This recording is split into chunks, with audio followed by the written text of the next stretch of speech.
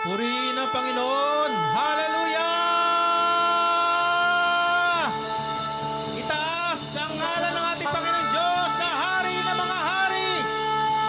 Hallelujah! Hallelujah!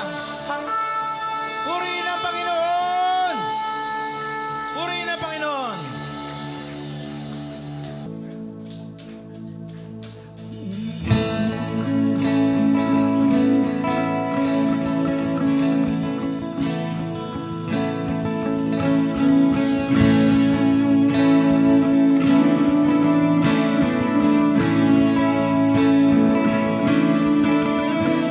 Oh, I've heard thousand stories of what they think you're like, but I've heard the tender whisper of love in the dead of night, and you tell me that you're pleased and that I'm never alone.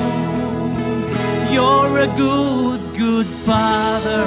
It's who you are. It's who you are. It's who you are. And I'm loved by you. It's who I am. It's who I am. It's who I am. Oh, I've seen many searching for answers far and wide, but I know we're all searching for answers. Only you provide, 'cause you know just what we need before we say a word. You're a good, good father. It's who you are. It's who you are. It's who you are, and I'm loved by you. It's who I am. It's who I am. It's who I am. You are perfect in all of your ways. You are perfect in all of your ways.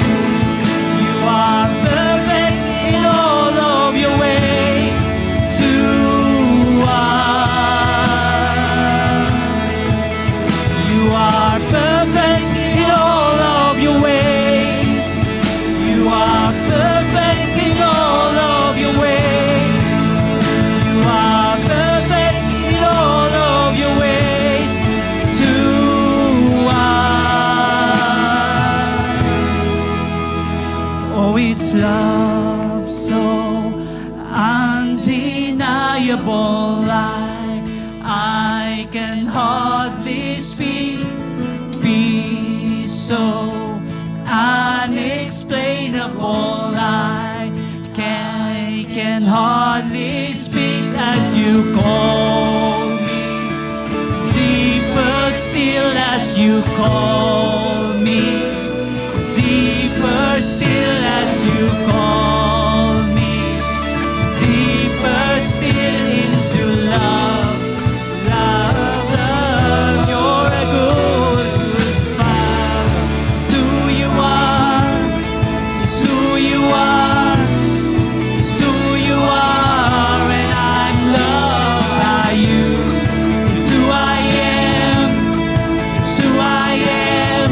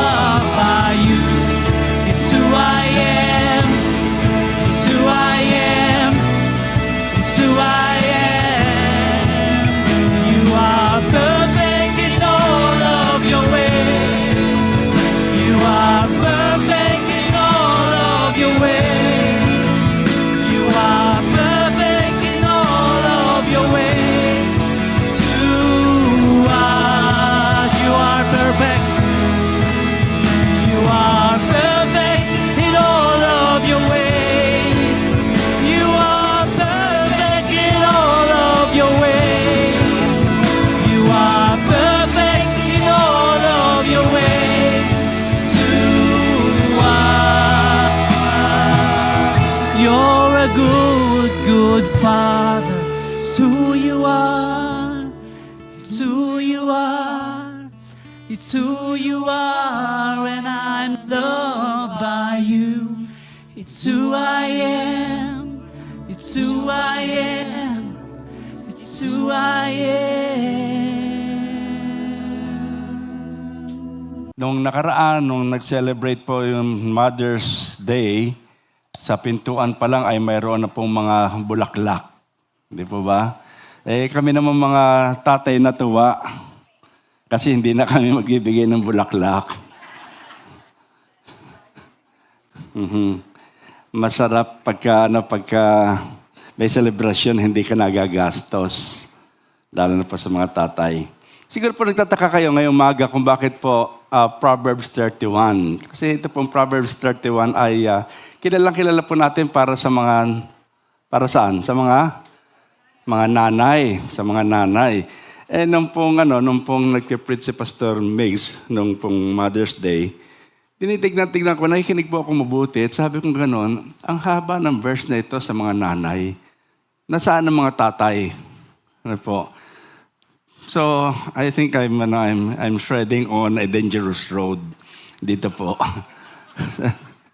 Parang mahirap. Pero alam niyo po,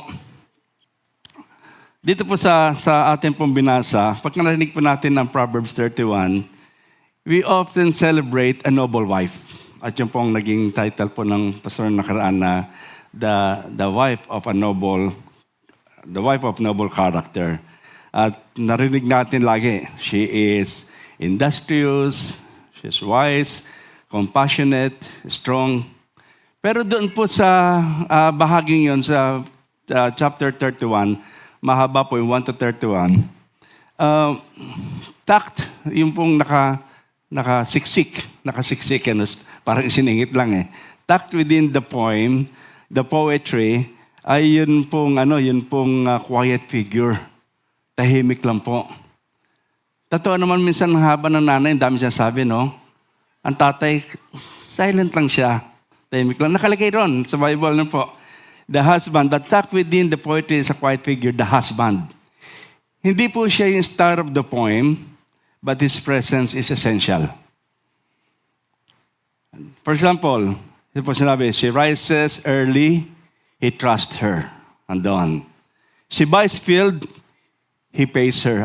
He supports her. She clothes the children, he blesses her.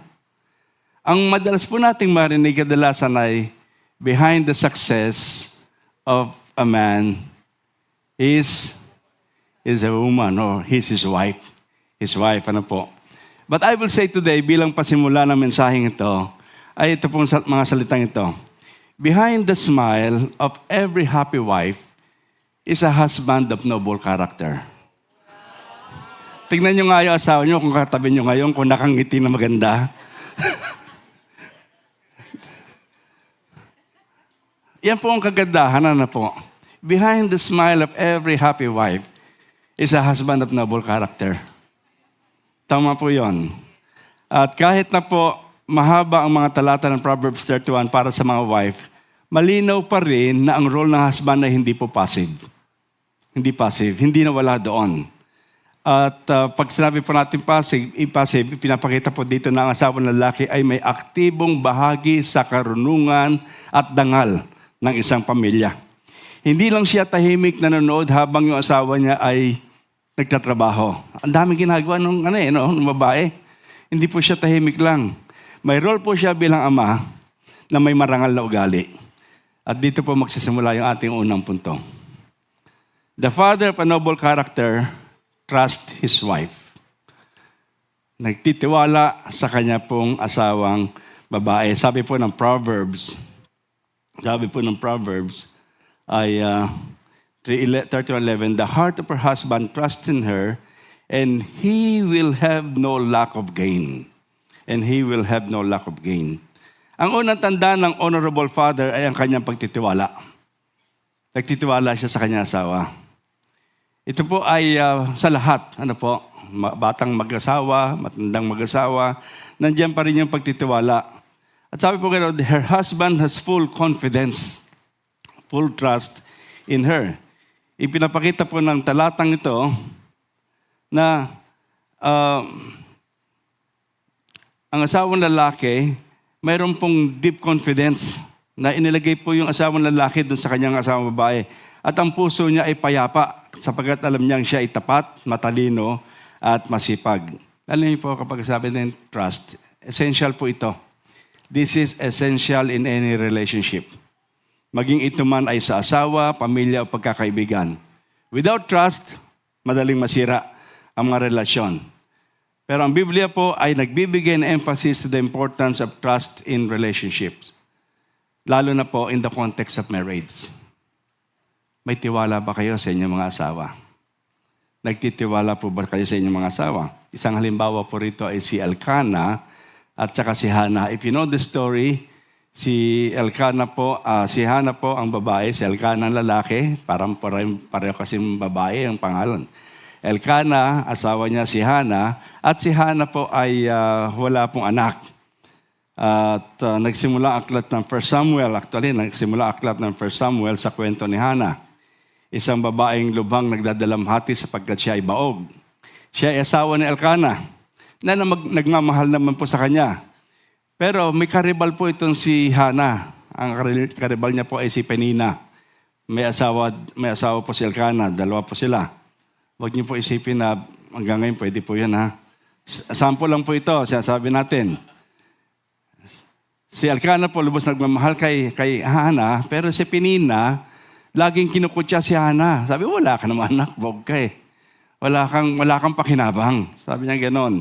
At may isang panahon that Hannah prayed fervently at the temple. Nanalangin siya. At ang priest nung time na yun ay si Eli. Kanina maga kung nakikinig kayo sa DZAS, si Pastor Migs ang speaker at ang kanyang topic ay tungkol kay Eli. Hindi mo ba? At ito po si Eli ngayon, yung pong priest at that time. May isang panahon po nanalangin si Hannah, akala ni Eli, lasing siya. Kasi nagsasalita si Hannah, bumubukas yung bibig, pero wala naman lumalabas na boses. Ang sabi nga sa kanya ni Eli, ano ba, Hannah, kailan ka ba titigil sa pag-inom mo? Sabi na Hannah, hindi po ako uminom, hindi nga ako tumikim ng alak. Pero sabi niya gano'n kasi dumadalangin ako sa Diyos, nabigyan niya ako ng anak. Ang sabi ni Eli sa kanya, o gayoy, pinagpapala kita at gawin nawa ng Panginoon, nabigyan ka ng anak. At umalis na po noon si Hannah, tuwan-tuwa. Pero si Eli po, pero kakaiba si Elkanah. He did not mock of her silence. Si Elkanah po na kanyang asawa ay in-honor siya spiritually. Even when he didn't fully understand it. Elkanah trusted her heart and her devotion to God. Alam niyo po, nangako po si Hannah to dedicate her son to the Lord. Kung bibigyan siya ng anak na lalaki, i-dedicate niya. Alam niyo po, pwedeng tumanggi si Elkanah at sabi nga, bakit ka pa nananalangin? Dadalhin mo rin pala sa templo. Hindi rin natin makakasama. Bakit ka pa nananalangin na magkaanak? But Elkanah trusted Hannah. Nagdihi si Hannah, nanganak niya sa lalaki at pinangalanan niyang Samuel. Ano ibig sabihin Samuel? God heard, narinig ng Diyos. Sapagkat tinugon ng Panginoon ang kanyang panalangin. And then Samuel grew up to be one of Israel's greatest prophets. Elkanah's trust and confidence in his wife, Hannah, became part of God's plan for the nation. Imagine po natin yon. Nagtiwala si Elkanah doon sa kanyang asawa. Kahit na sabi mo, i-dedicate mo yung anak mo, nagtitiwala ko sa gustong gawin ng Lord sa puso mo. Naalala ko po nung wala pa kaming work ni Beth, na ikakwento ko po itong madalas, at nag-retire na kami sa organization. After several years, biglang may nag-call sa kanya. And my wife feels that God is calling her back to optometry. At mula po sa tawag ng sakong kaibigan at tinanong niya ako, okay ba sa'yo? Actually, I can respond in two ways. Pwede ko sabihin sa kanya, I could discourage her. Sabi ko sa kanya, ano ba naman yan? Matanda ka na. Matanda talaga, no? Kasi kailan lang yan, mga 5 years ago yun eh. Tanda ka na, dito ka lang sa bahay. Wag mo nang intindihin yan. Magtulungan na lang tayo dito sa bahay. Or, like Elkanah, I could trust her calling at i-affirm ko yung kanyang ministry. Kaya sabi ko sa kanya, well, kung inakala mo na kalooban nito ni Lord, I will support you. Dito ako nagkamali. Sabi ko, I'll drive you going to the clinic. I'll help you with the house chores during your work, and I'll pray for your new work. Yan po ang sinabi ko sa kanya. Alam niyo po, dahil doon, talaga naman po pinagpala kami at yung work niya as optometrist became her ministry. Ang tiwala ay ang pundasyon kung saan itinatag ang lahat ng relasyon. Para po itong glue. Pagka nagtiwala ka, para itong glue na nag-uugnay sa mga tao, nagpapalago sa isang kapaligiran ng pagmamahal, may respeto at may katapatan. And we can strengthen our relationship and build a stronger, more loving family when we trust one another. Ano po ang resulta? Kapag nagtitiwala ka sa iyong asawa, sa iyong asawang babae, ang sabi pong ganon, and he will have no lack of gain. Ang sabi po ay, hindi ka kukulangin ng pakinabang. Aba, pagka ikaw pala nagtiwala sa asawa mo sa gustong gawin ni Lord sa kanya, makikinabang ka pa. Actually, hindi lang ito. It doesn't mean just yung mag-gain ka means more than money. Hindi po. Ang pakinabang po dito ay, it means peace in the home. Tahimik ang bahay. Pag pinagtiwalaan mo asawa mo, tahimik ang bahay. Tama po ba? Parang tumahimik kayo, parang nagagalit sa inyo misis niyo pag nag-amen kayo Tahimik ang tahanan. Totoo po yun. It means peace in the home. It means joy in the marriage. Masaya ang pagsasama. Happy wife, happy life. Happy wife, happy life. It means strength for the children. Kanina po sabi ni Dr. Lila, napapalakas sila dahil dun sa mga tatay. Actually, totoo po yun. Nadadamay ang mga anak natin sa sandaling mayroong pagtitiwalaan ng mag-asawa. Pero kapag magulo tayo sa bahay at lagi nakikita yung pag-aaway natin, magulo rin ang bata. Magulo rin. When a husband trusts his wife, he gains not only prosperity but the blessing of God upon his household. Tandaan po natin, trust is not control. Trust is not suspicion. Trust is confidence. Confident that God is at work in your spouse. Ikalawa po, the father of noble character is a blessing. The righteous man, Proverbs 27, the righteous man walks in his integrity. His children are blessed after him. Alam niyo po, yung katapatan lamang ng isang ama, blessing na po yun. Sa panahon ito, bihirang-bihira ka makita ng mga tatay, lalo na po kung hindi po Kristiyano, na may kabanalan. Ang hirap. A father righteousness is itself a blessing. Namamana ng kanyang mga anak ang karangalan, katatagan at lakas spiritual dahil sa kanyang matuwid na pamumuhay. Si Josh McDowell po nagsabi sa kanya aklat na Father Connection. Sabi niya, tinawag niya po itong fatherhood is the most frightening job in the world. Yung pagiging tatay daw po ang siyang pinakanakakatakot na trabaho sa buong mundo. Kaya yung mga tatay diyan, mga asawa na hindi pa tatay, tignan yan, frightening daw yan. Kaya handa tayo. Di ba? Nung unang, ito pong mga panahon to, ang mga mag-asawa, nung panahon namin pala, pag nag-asawa ka, dapat next year, may anak ka na. Ngayon, hindi na. Matagal na. Lalo na yung mga tatay, yung mga lolo, naghihintay. Ano ba, kailan ba kayo kailan ba kami magkakaapo? Tumatanda na kami, hindi pa namin makita ang aming apo. Hindi po ba? Ganun tayo. Kasi meron silang, fatherhood is the most frightening job in the world eh. Pero, sa panahon namin, wala po yan. Meron kami tatawag na SINK. S-I-N-K. Dati D-I-N-K, double income, no kids. Noon panahon po namin, hindi po SINK. SINK po yun. Single income, 9 kids. Hindi po masasabing frightening job ang fatherhood. Pero ito po isang pagpapala. Think about it for a moment. Namumuhay tayo sa isang kultura na sa kasalukuyan ay tinatanggihan ang konsepto ng katotohanan at moralidad. Isang lipunan na hindi makapag-decide kung anong tama o mali.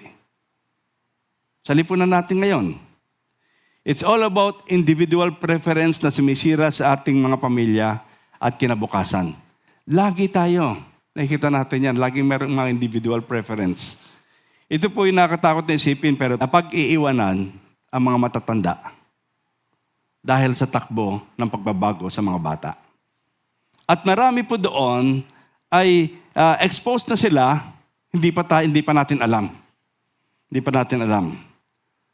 At sa mundo po ngayon, maraming hamon ang kinaharap ng mga tatay. Lalo na't madalas na minamaliit po ng media, ng lipunan, ang kanilang kahalagahan. Yet the Word of God reveals, ito po, that fathers have an irreplaceable place in the divine order. They are called to lead their families spiritually, emotionally, and morally.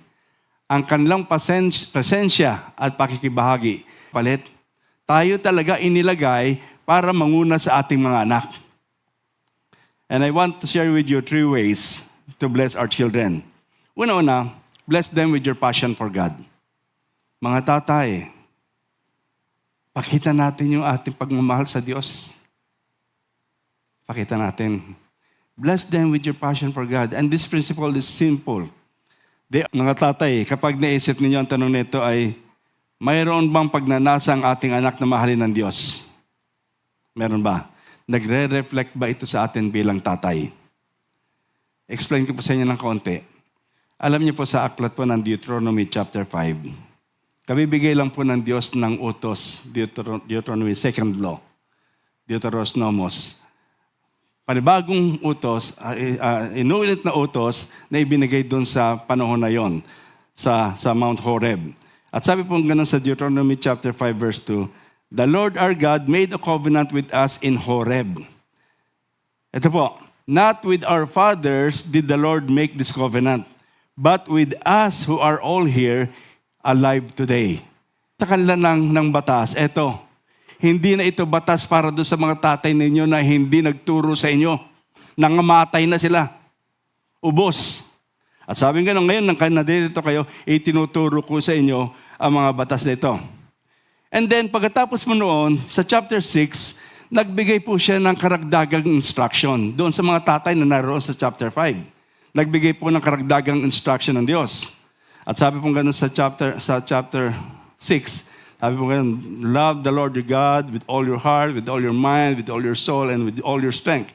At ang lahat ng ito ay tuturo ninyo sa inyong mga anak. Sabi po gano'n, iyong ituturo ng buong sikap sa iyong mga anak at iyong sasalitain tungkol sa kanila. Pagka iyong sasalitain tungkol sa kanila, pagka ikaw ay nakaupo sa bahay. Pag ikaw ay nakaupo sa bahay, sa tahanan, hindi sa church. Hindi mo, dahil katabi mo ang anak mo, at maganda mensahe ng pastor, pagka tayo po ay nasa church, ang tinitignan po natin dito, Lord, what do you want me to know? What do you want me to learn? Ang mga anak ko nandito, turuan mo rin po. Pero hindi mo sila sisikuhin para sabihin, makinig ka. Para sa iyo yan. Pag nasa loob ng church. Ano kaya tayo pagka nasa ating tahanan? At pagka sabi mo ganon, at pagka ikaw ay lumakad sa daan, pagka namamasyal kayo, lumalakad kayo, mas modelo na po ngayon kapag nag-drive tayo. habang nasa loob ng sakyan ng ating mga anak, ano ang naririnig nila na pinag-uusapan natin? Ano ang nakikita nila kapag tayo ay na-overtaken? Ano ang nakikita nilang reaksyon sa atin kapag tayo ay nagagalit sa daan? Sabi pong ganon, pagka ikaw ay kapag ikaw ay nahihiga at pagka ikaw ay bumabangon, when you lie down, and when you rise up. Meron pong kanta yan eh. I must have Jesus in my heart. I must have Jesus in my heart, in my whole life. In my walking, in my talking, in my sleeping, in my waking, I must have Him in my life. Kailangan natin ng Diyos sa buhay natin, sa araw-araw. Pagka ikaw ay nasa bahay, kausap mo sila, nakaupo. Kapag ikaw ay nasa daan, pagka ikaw ay nahihiga, at pagka ikaw ay bumabangon. Ang Psalm 78, verse 5, chapter 78, verse 5 to 7, ang sabi pong ganon, He commanded our fathers to teach their children, that the next generation might know them, so that they should set their hope in God and not forget the works of God. Nakatingin sa atin, mga tatay, ang atin pong mga anak. Paano natin gagawin ito? Paano natin tuturo sa next generation? Araw-araw mo ba silang babasahan ng Bible? Araw-araw mo ba na ipupukpok sa kanilang salita ng Diyos?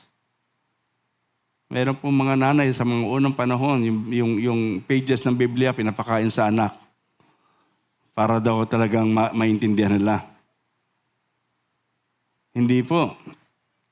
It is how you live every day, how you deal with your problems and make decisions. Mga tatay, sa ganitong paraan natin pinapakita sa ating mga anak ang tamang pagsunod sa Diyos. Nakatingin, nakikinig sila sa atin habang ina-absorb nila lahat na naririnig, lahat na nakikita nila sa atin. They will listen to what you say, they'll watch the way you live, at kapag katugma ang ginagawa mo at sinasabi mo, na itatanim sa kanilang puso ang mga gawa ng Diyos. Doon lang nagkakaroon ng impact sa heart nila. When your lips and your life ay pareho. Tugma sila. Doon lang naitatanim salita ng Diyos. Someone has wisely said, sabi niya ganon, your children are the only possession you can take to heaven with you. Sila lang ang madadala natin sa langit. Kung maaari, isama na rin natin ang ating asawa. Ano po? Sama na rin natin. At maaari itong mangyari kung palalakihin natin ang ating mga anak na may paggalang, pagpapahalaga sa mga turo ng Diyos. Bless them with your passion for God. Please, mga tatay. Andito tayo sa church. Pag-uwi natin, bless them with your passion for God. Yun talaga alam nila, tatay ko, Kristiyano yan. Hindi lang nila sasabihin, tatay, your presence can never be overstated.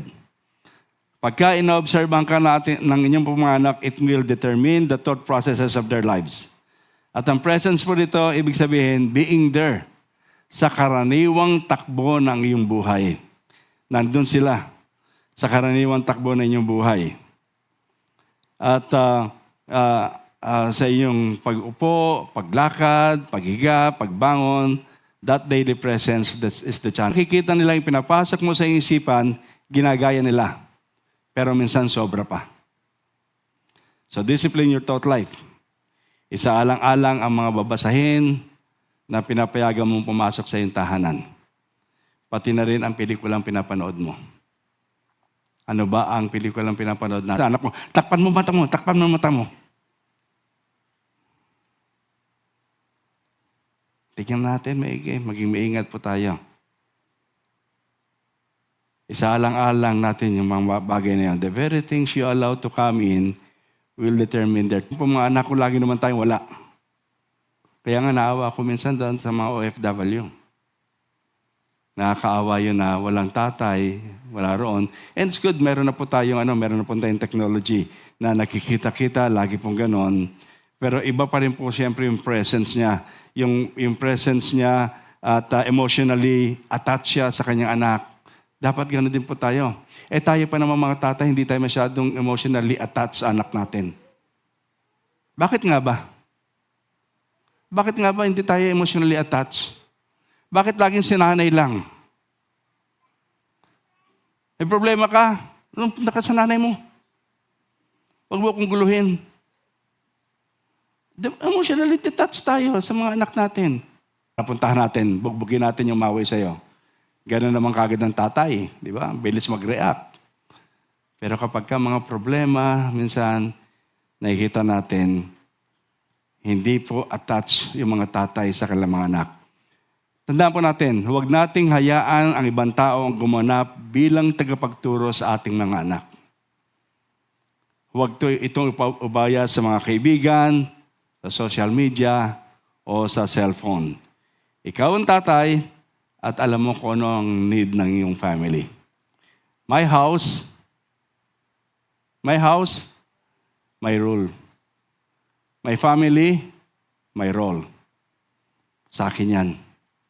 Tahanan ko yan, rule ko yan. Pamilya ko yan, role ko yan. Hindi ko ibibigay sa iba yung pong role na yon na ipinagkatiwala sa akin ng Diyos. Mga tatay, makinig po tayo maigi. We must be the greatest influence in the formation of our children's lives. Huwag po tayo ang maging dahilan ng pagkasira ng kanilang buhay. Ang ating presensya ay pakikibahagi, ang susi sa pagpalalaki for strong, stable, and godly children. Ikatlo pong blessing na pwede natin bigyan sa kanila, bless them with your friends. Mga kaibigan. Una po nang sinabi natin, bless them with your passion for God, bless them with your presence, and then bless them with your friends. Mga kaibigan. Ang sabi pong ganun sa Proverbs 13 verse 20, walk with wise men, and thou shalt be wise, but the companion of fools shall smart for it. May kasabihan po tayo, show me who your friends are, and I will tell you who you are. Sabihin ko kung sino ka. Ito po ay totoo sa atin, sa totoo ito sa ating po mga anak. Anong klaseng mga kaibigan ang pinapapasok natin sa ating tahanan? Sino ang nakikita niyang kasama natin lagi? Ano po? He who walks with the wise will become wise. At ito pong phrase na ito, nakakatuwa po, no? It emphasizes the importance of companionship and influence. Walking with the wise implies a close relationship or fellowship. Ito po, suggesting that wisdom is not only taught, but also caught through association. So yung pong ating klaseng pamumuhay, hindi po yun nakukuha lang sa ating pong basta-basta ginagawa lang. Nakukuha din po yun kung sino ating kasama. Through our association. So mahalaga na sino bang mga kasama natin? Dito sa church we have a group, group meron tayo. Pag sa labas, anong meron tayo? Baka meron din tayo group sa labas. Inom group. Tandaan na po natin ibig sabihin ng encounter. Encounter with God. Hindi po to inom. So, kailangan makita po natin na yung wisdom po natin is not only taught, but also caught through association. Yung concept of walking with the wise ay makikita po natin sa mentorship relationship sa buong Biblia. Makikita po natin yon. Marami po yan. Una po, katulad ni Elijah. Sino kasama ni Elijah? Si Elisha. Si Moses. Sino kasama ni Moses? Joshua. Yan. Si Ruth. Sino kasama ni Ruth? Sino? Si Naomi. Si Barnabas. Sino kasama ni Barnabas? Si Paul. Si Jesus. Sino kasama ni Jesus? Father. Ang Ama, lagi niyang kasama. At hindi lang yon, sa lupa, kasama niya mga disciples. Kasama niya. Mahalaga yung ating mga kasama, mga kapatid. Mahalaga. Kaya nga po ang ganda nung team ng Astig na iron sharpens iron. Nagpapatalasan tayo. Mahalaga yung fellowship na yon. Yun ang nagbibigay sa atin ng wisdom. Yun ang nagbibigay sa atin ng magandang fellowship. Sapagkat may mga tao na nagsasabi sa atin mali yan. Naalala ko yung natutuwa ako dun sa patotoo na isa pong Astig. Sabi niya ganon. Nung panahon noon, nagkakasayahan kami. May inuman, may babae, may droga. Pero sabi niya ganon, hindi ko pa rin nakita na masaya kami sa mga ganong panahon. Not the exact word na po.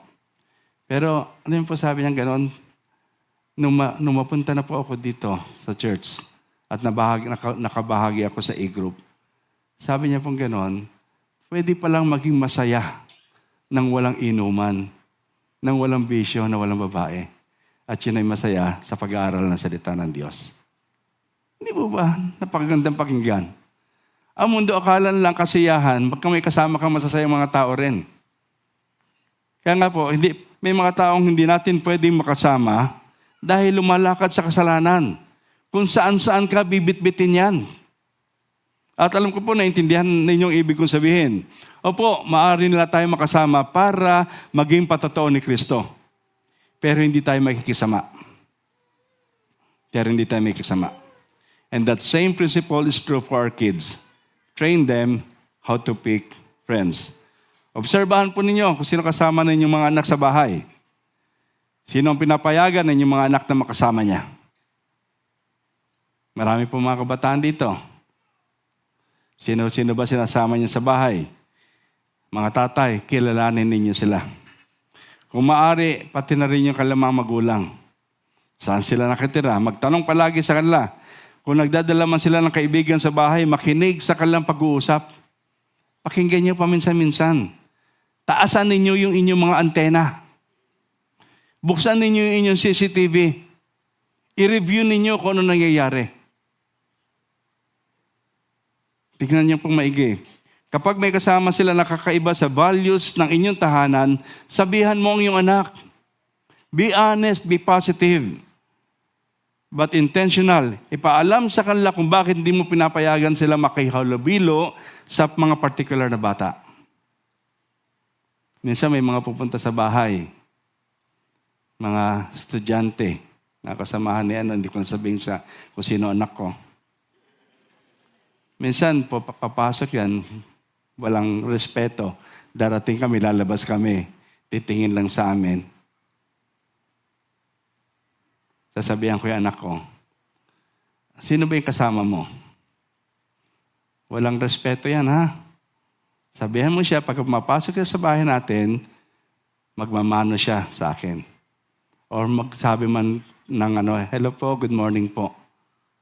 Kung ang values nila sa tahanan ganon, huwag man dadalhin dito sa bahay. And we need to be honest. At alam niyo po, dumarating naman sila.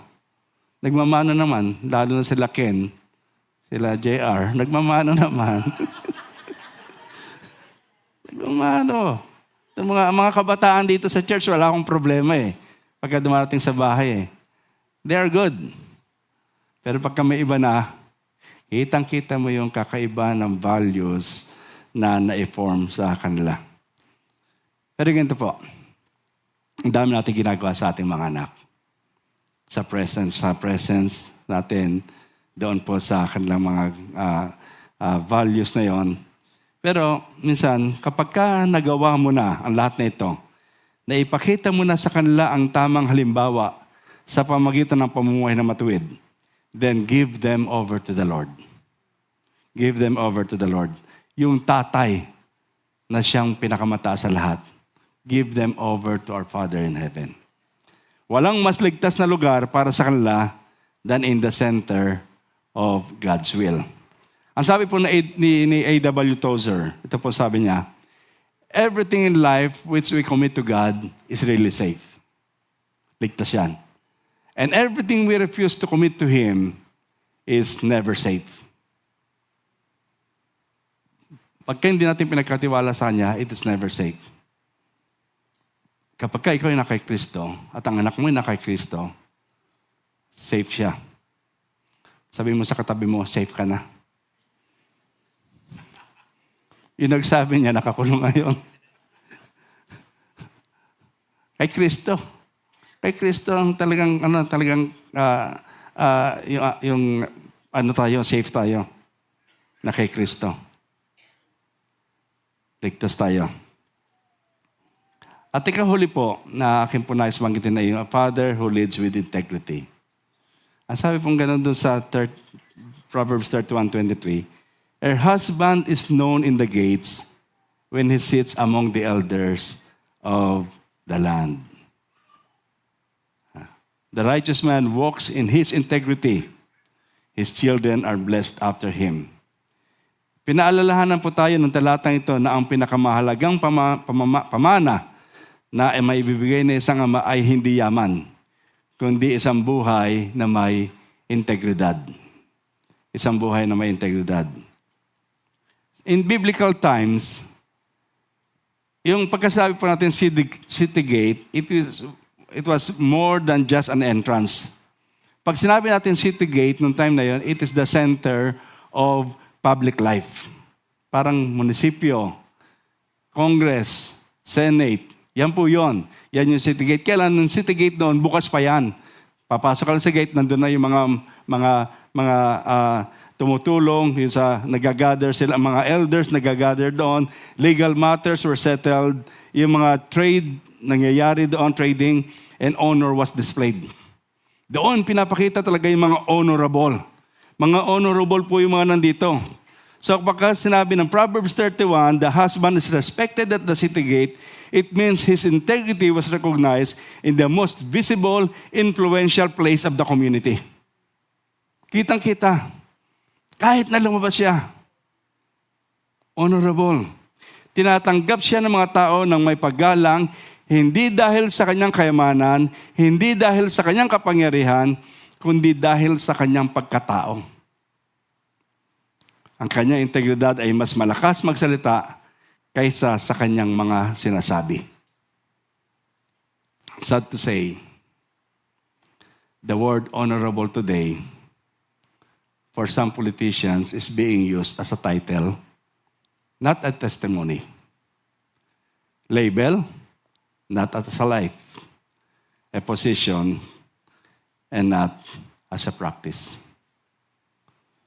Kapag sinabi ngayon, the honorable gentleman from the Taguig, honorable gentleman. The honorable gentleman from, lagi silang merong honorable gentleman. Lagi nakakapit yun, yung salitang honorable gentleman. Pero, punong-puno ng korupsyon. Yun po yung sinasabi natin, mga kapatid. Sa atin, ang problema lang minsan, itong mga dishonorable gentleman, gusto natin, pagka nakita natin sila, gusto natin magpa-selfie. Tuwan-tuwa tayo na, ay, politician to, selfie po tayo. Mga kapatid, hindi naman sa pagyayabang. Kung maayos ang patotoo natin sa loob at labas ng ating tahanan, mas honorable ka sa kanila. Mas honorable ka. At mas magandang magpa-selfie sa e-group kaysa sa magandang tao. Dinaanan ko lang po ng konti yon, pero wala po akong binabanggit. Po? Ito po yung inilarawan ng Proverbs 31:23. Isang asawa na ang buhay at pamumuno ay may reputasyon na nakikita. Hindi lamang para sa kanyang sarili, kundi para sa kanyang buong sambahayan at sa kanyang Diyos na sinasampalatayanan. So may pamumuno, may reputasyon. Hindi lang reputasyon sa kanyang sarili, hindi niya iningatan yung kanyang apelyido, hindi niya iningatan yung kanyang pangalan. Pero sabi pong ganon, para sa kanyang buong sambahayan at para sa kanyang Diyos na sinasampalatayanan. Our integrity is not for ourselves. Our integrity is for our God. At ang Diyos lang nagbibigay sa atin ng integridad na yan. Tanda po natin, our greatest contribution to this life is not what you do in our country or in our church, but what you do in your own household. Baka naman bida-bida tayo sa labas. Baka naman bida-bida tayo sa church. Pero sa mismong bahay natin, bandido tayo. Nakakahiya po, mga kapatid. A husband's leadership is not first about authority, but about authenticity. Integrity means being the same man in the home, in the workplace, in the community, in the church. Hinuli ko po yung church. Hinuli ko po yung church. In the home, in the workplace, in the community, in the church. Bakit po? Tuwing Sunday lang kasi tayo nakikita. At madaling sabihin, ay sister, my brother, ang bait ni Lord. Pero baka paglabas natin, hindi yon ang ating sinasabi. Doon muna po sa tahanan, doon sa ating pinagtatrabahuhan, at doon sa ating kapitbahay. Church is the training ground. Outside is the proving ground. Ang church ay nagtuturo sa atin, tinetrain tayo, at ang magpapatunay that we are trained enough, ang proving ay ang community, ang ating tahanan. Your wife and children are watching, your community is watching, and most importantly, God is watching. Ang sarap sigurong marinig kung ang sasabihin na ating pamilya ay, we are blessed because of the man of God who leads us. Ang sarap pong marinig yan.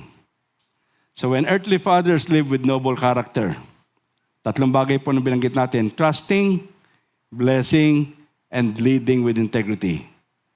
They reflect the active, faithful nature of God the Father. He is holy, righteous, and faithful in all His ways. Ang atin pong amang nasa langit. Nais ko pong basahin na isang contemporary piece na alam ko po minsan nakikita ko po yan yung prayer na Lord give us a better man.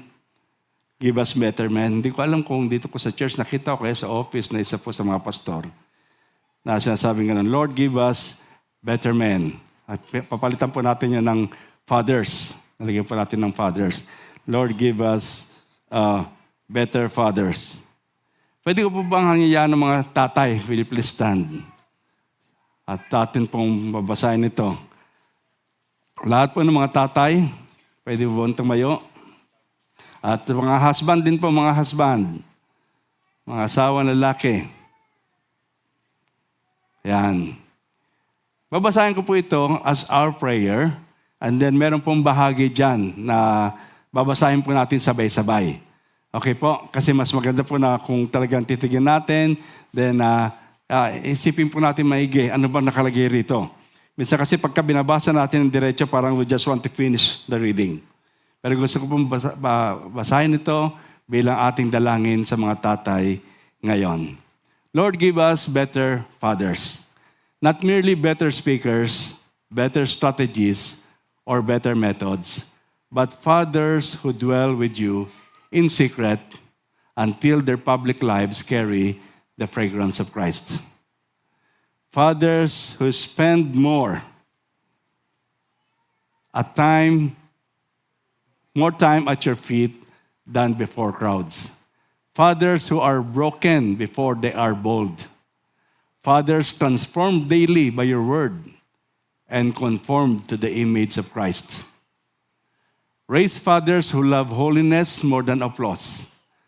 Fathers who shepherd their families, faithfully serve their communities humbly, and walk in integrity when no one is watching. Sumunod. Raise fathers who carry the burden of the lost with tears and ceaseless intercession. Fathers who will not dilute the gospel to gain acceptance, but who preach the whole counsel of God with love, courage, and conviction. Sabay-sabay po natin sabihin po ito bilang dalangin. Begin. Lord, make us fathers whose lives agree with our sermons, fathers who fear God more than men, fathers who burn for your glory more than personal ambition. Amen. And this is our prayer in the mighty name of Jesus. Amen.